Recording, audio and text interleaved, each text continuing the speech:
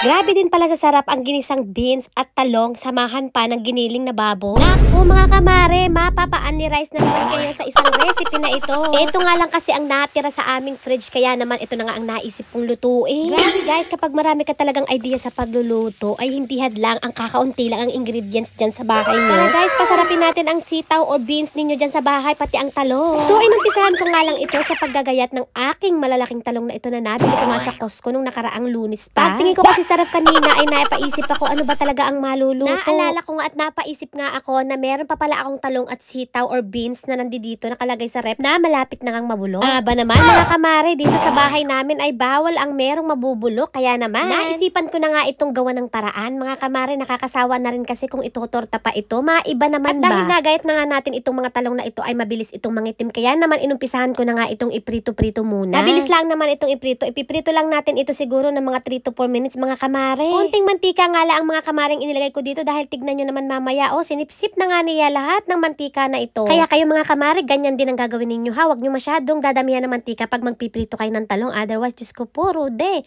ang kolesterol niya. Isa nga ang talong sa napakagaling sumipsip na gulay talaga. Sisipsipin nga niyan ang tubig o di kaya naman ang mantika kung saan man siya nailagay. So, i-make sure nga lang din natin mga kamare na maluluto ang ating talong ha. At kapag ganyan na nga mga kamare ay pwede na yan. Tanggalin na natin at iset aside muna natin. Iset aside nga lang muna natin ang ating mga talong dahil mamaya natin yan ilalagay sa ating ginisa. Pang pinali yan. Ito nga mga kamari at inihahanda ko na nga rin ang aking bawang. Gagamit nga tayo dito ng fresh na bawang. Gagayatin nga lang ito natin ng maliliit mga kamari at pagka nakagayat na nga tayo ng ganito, ihanda na rin natin ang ating sibuyas. Gagamit nga rin tayo dito ng isang malaking sibuyas mga kamari. Kung nakakaluwag-luwag ay isang buo ang gamitin at kung hindi naman ay pwede na ang kalahati lang. Masyadong malaki itong sibuyas na ito. At ayan nga mga kamari, hindi na tayo nagpatumpik-tumpik pa. Nagpainit na tayo dito ng kawali at naglagay ng kaunting mantika. Tapos nagumpisa na nga ako mag-isa dito ng aking bawang. At syempre, pagka medyo golden brown na ito ay isusunod na rin natin ang ating mga sibuyas. So ayan nga mga kamari, isunod na natin ang ating mga sibuyas. Halu-haluin lang natin ito mga kamari hanggang sa ito ay magisa at lumabas ang kanilang lasa mga kamari. Gayon, kaya kailangan natin ay maggisa tayo. Gayaan, gisa-gisahin. Ayan nga ang purpose ng paggigisa para lumabas ang kanilang mga lasa. At saka mga kamari, gagamit din pala tayo dito ng red bell pepper. Ito naman ay optional lang. Kung wala naman ay pwede namang wala na din. Pero kung meron ay maglagay at ito ay dagdag aroma din sa ating niluluto at masustansya din naman. Masarap ito kasi manamis-namis naman ito mga kamare. Pwede nga rin pala kayong maglagay ng kamatis dito mga kamare, kaya lamang nga ay naubusan na kami kaya hindi na ako naglagay. Nang magisa na nga ang aking mga ingredients mga kamare ay inilagay ko na rin ang aking giniling na karne. Pwede kayong gumamit dito ng giniling na manok or giniling na baka. Naman mga kamare ay nasa sa inyo na rin kung ano ang nafe-feel nyong ilagay. Ang giniling na manok at ang giniling na baka ay para yun sa mga hindi kumakain ng baboy mga kamare. Gigisahin natin mga kamare ang ating giniling hanggang sa mawala na ang mga pink. At syempre habang nagigisa tayo diyan ay hugasan na natin ang ating mga beans na gagamitin diyan. Gagamit nga tayo ng green beans dito mga kamare na nabili ko nga sa Costco. Napakadami nito kesa naman mabulok lamang. Ay sayang naman, di ba mga kamare? Hugasan nga lang natin ito ng maigi mga kamare. Hindi natin alam kung sino ang mga pumitas nito, Chares.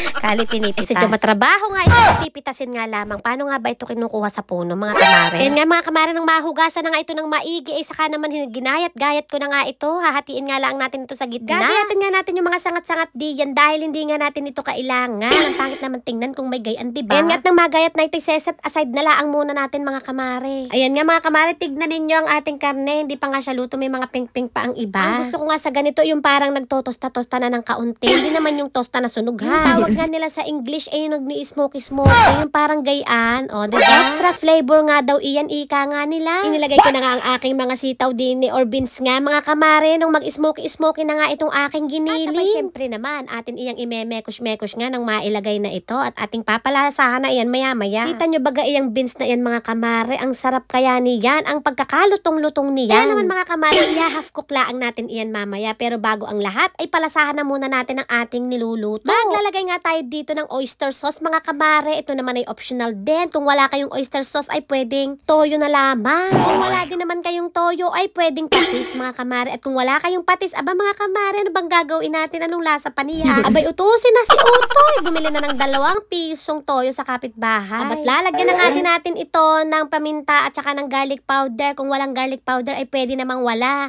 Lagyan na laang ng paminta. Sa inyo na din yun mga kamare kung kayo maglalagay pa ng mga pampasarap diyan, yung mga magic o kaya ng mga bitchin.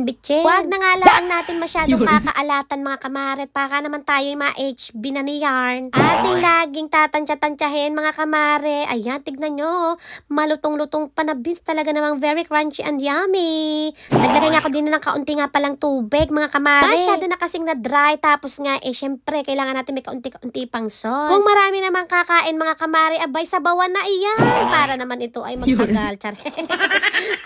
At dahil malapit na nga itong maluto mga kamare, ay inilagay ko na nga dito ang aking ipiniritong talong kanina. Ayan, isasama lang natin din at ihahalo natin mga kamare. At sigurado naman akong ready to serve na iyan. Gayon. Huwag ninyong masyadong hahaluin dahil baka naman madurog ang ating talong. Hindi masarap. Ang purpose nito dapat ito ay medyo presentable pa rin ha. Gayon. Kaya naman dahan-dahan lamang ang pagme-mekush-mekush. Mga kamare, kung umabot na nga po kayo sa part ng video na ito, ay sigurado po akong na-enjoy ninyong panoodin ang ating mga videos. Kaya naman, gusto po naming malaman kung saang parte na nga ba ng Pilipinas nakakaabot itong ating mga video o kung saang parte ng mundo po kayo nanonood. Comment down below. Ako, naghugas na nga si Kuya. Thank you naman. Mga kamare, kami nga ay kakain na. Naluto na ang ating gulay at ayo ay magpe-plating na. Salamat po sa inyong lahat, sa inyong suporta. Dagdag recipe na naman po ito sa inyo. Para sa inyo mga kananay ko. Pwede naman pong hindi kayo maglagay dyan ng giniling kung wala po kayo. Pwede rin po kayong gumamit dyan ng kapirasong baboy lang mga kamare. Yung medyo konting taba-taba. Ito naman pong aking nilutong ito ay para maiba naman. Dahil ito po yung mga natira-tirang pagkain sa ref namin. Alam nyo na mga kamare, ayaw naman natin ng may nasasayang. Ayan, tignan nyo naman.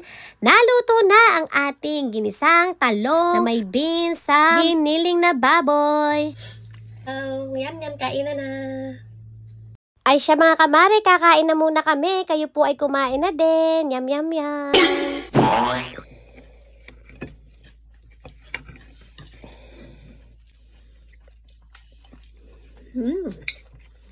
Yummy.